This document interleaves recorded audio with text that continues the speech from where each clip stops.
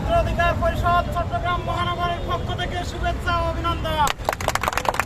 আপনারা জানতে পেরেছেন আমরা গত 5 আগস্ট দ্বিতীয়বারের মতো বিজয় লাভ করেছি। আপনারা জানেন এই শেখ হাসিনা খুনি সরকার দীর্ঘ 16 বছর ধরে বাংলার মানুষকে অত্যাচার নির্যাতন করেছে। আমরা কি ভুলে গেছি 2013 সালের কথা? আমরা কি ভুলে গেছি 2022 সালের কথা? আমরা কি ভুলে গেছি 2023 সালের কথা? আমরা কি ভুলে গেছি আমাদের ভোটাধিকারের কথা? আমরা কি ভুলে গেছি বাংলার নিরীহ নির্যাতিত মানুষদেরকে কিভাবে হয়রানি করেছে সেই কথা?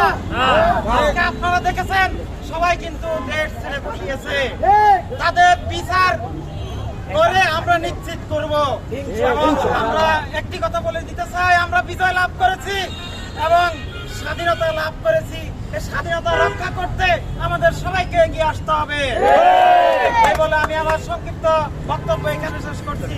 ধন্যবাদ সবাইকে।